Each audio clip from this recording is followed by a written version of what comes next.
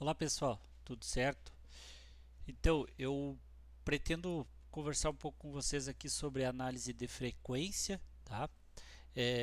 No simulation do SolidWorks, a gente vai poder fazer uma análise para verificação da frequência em várias formas modais, tá? Dependendo dos graus de liberdade. Uh, Bem como está comparando isso com a relação que a gente tem da frequência com a ressonância, né? Vamos fazer um estudo de caso aí com carga, um estudo simples que é uma barra com carga e sem carga, ou com carga de tração e de compressão e também sem carga, para vocês verificarem que a amplitude é a mesma, mas as frequências modais elas mudam.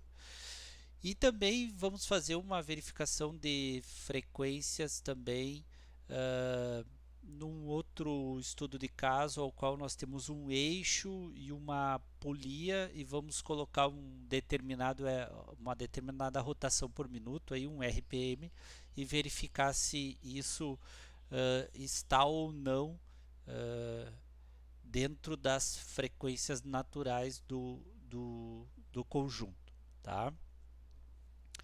Então, basicamente, a análise de frequência é o que? É um estudo, né, ao qual verifica a frequência para vários graus de liberdade que eu tenho do objeto. Uh, Toda estrutura tem uma tendência a vibrar, né? Seja ela com carga ou sem carga. E isso é chamado do que? Frequências naturais, ou também frequências ressonantes, que a gente diz. A frequência natural, ela é associada então a determinar uma forma, que é chamada a forma modal, tá? Então, cada frequência natural, porque não existe uma única frequência natural no objeto, existem várias frequências naturais.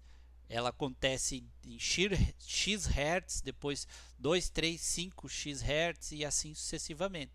Então ela começa numa frequência baixa até uma alta. As frequências em si, elas são infinitas no objeto físico.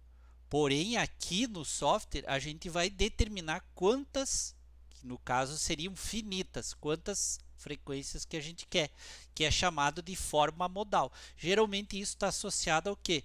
Aos graus de liberdade do elemento, tá? Do objeto. Então, o modelo ele tende a assumir, ou quando ele vibra, né, ele vai ter uma frequência que é chamada frequência modal, tá? Ou frequência natural, tá? Como eu falei, no modelo real físico, as frequências naturais elas são infinitas, tá? Pode ter várias formas de se obter várias formas modais, ou seja, vários valores de frequência natural, tá? Desde a mais baixa até a mais alta. Porém, no modelo aqui de análise para elementos finitos, a gente vai ter frequências determinadas ou chamadas finitas. Nós vamos dizer, eu quero que você apresente o resultado com 5 frequências naturais, com 10 frequências naturais, que são os números de graus de liberdade considerado para o modelo. Então, no caso aqui de uma análise simples, de uma barra chata como essa, geralmente a gente escolhe 5 formas modais para resultado. A partir daí, claro que pode estar ou não com carga, você pode determinar uma restrição em uma das extremidades, e aí a partir disso, né, todo o corpo tem até 6 graus de liberdade, giro nos 3 eixos ou translação nos 3 eixos. Então a gente coloca geralmente 5, porque uma vai estar restrita com a fixação, tá? Mas pode colocar quantas quiser, quantas formas modais você quiser, tu vai ter um número de frequências que você determinar. Eu vou mostrar para vocês que pode alterar isso. e quanto maior esse número de formas modais, mais tempo leva para a análise, tá? Mas geralmente é uma análise bem simples e rápida. Aqui vocês podem perceber, ó, numa animação, que para o mesmo modelo com várias formas modais diferentes, ou seja, ele está vibrando em frequências diferentes. É claro que aqui um modelo ampliado, né?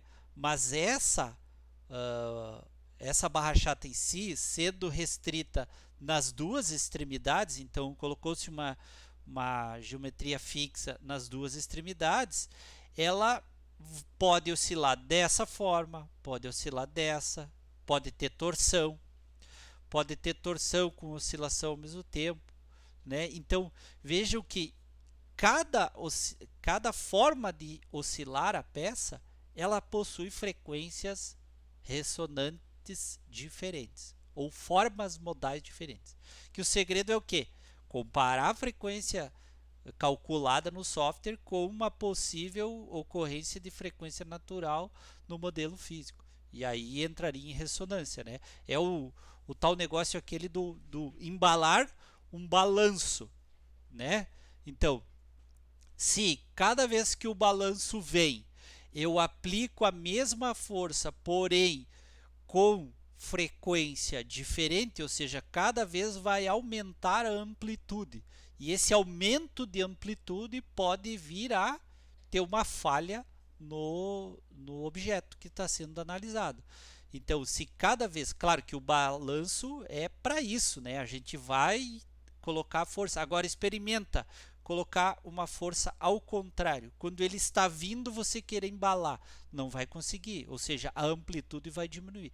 Mas se cada vez eu embalar ele com a mesma frequência, eu vou ter uma amplitude maior até o ponto de, sei lá, o balanço quase que virar. Enfim, ele vai cada vez aumentando essa amplitude, né? Então a estrutura em si, né, ela vai enfrentar grandes deslocamentos e ao mesmo tempo grandes tensões. E isso vem a causar o colapso. A partir daí, o caso daí das frequências da haste, tá? Estão todos os slides aqui para vocês comprovar essa questão aqui: comprimida, tracionada e livre. E aí nós temos uns outros arquivos que eu deixei ali, que é um segundo estudo de caso, que seria um eixo de polia, um eixo e uma polia, bem simples, tá? Mas é bem interessante. Então o eixo é de aço 4340 sobre os mancais, então nós vamos restringir as duas extremidades, então aqui diagrama de corpo livre. A polia está bem no centro, tá? E o comprimento é dividido por 2 aqui, né? É óbvio que está no centro, então ambos os lados são simétricos. Polia de ferro dúctil, velocidade angular. Então, no caso aqui, a rotação por minuto, tá? Na verdade, aqui tem um erro, não é velocidade angular, e sim rotação por minuto. Velocidade angular pode ser em RPM, mas também pode ser em radianos por segundo, tá? Tá certo. Então aqui está em RPM, 1200 RPM, e o torque 600 Nm. Então nós vamos aplicar um torque e vamos aplicar uma rotação e vamos pedir para ele analisar as frequências modais, no caso 5, tá? Baixa os arquivos lá, se não tem a montagem, deixa eu dar uma conferida se já tá ali tá aqui a montagem, tá? Eixo polia já tá pronto, então tem as duas peças, já tem a montagem pronta para vocês, tá? Aí confere os materiais, creio que eu já coloquei esses materiais. A análise é de frequência, tá? Novo estudo.